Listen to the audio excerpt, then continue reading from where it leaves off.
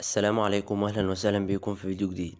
في الفيديو ده هتكلم عن هاتف شاومي سي في اللي بيجي بشاشة أولد بحجم 6.55 بجودة فول اتش دي بلس ودقة 1080 في 2400 بكسل مع كثافة بكسلات 402 بكسل لكل بوصة، وأبعاد عرض 20:9 مع معدل تحديث 120 هرتز، والشاشة بتدعم ال HDR 10 بلس وال 10 بت كلر.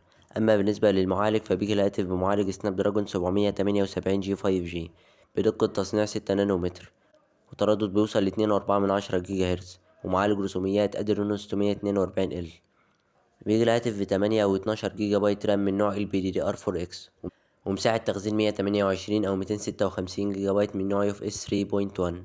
أما بالنسبة للكاميرات فبيجي الهاتف بثلاث كاميرات خلفية، الأساسية بدقة 64 ميجا بكسل بفتر عدسة 1.8، الكاميرا التانية بدقة 8 ميجا بكسل بفتر عدسة 2.2 للتصوير الواسع بزاوية 120 درجة، الكاميرا التالتة بدقة 2 ميجا بكسل بفتر عدسة 2.4 للتصوير الماكرو.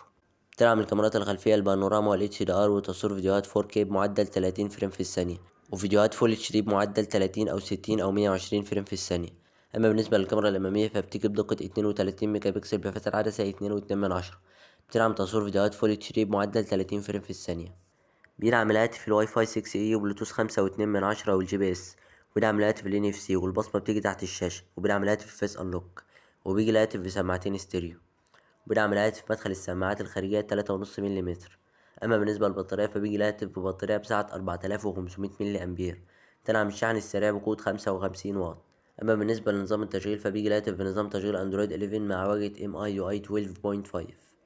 بيجي الهاتف بظهر من الزجاج وفريم من الألمونيوم.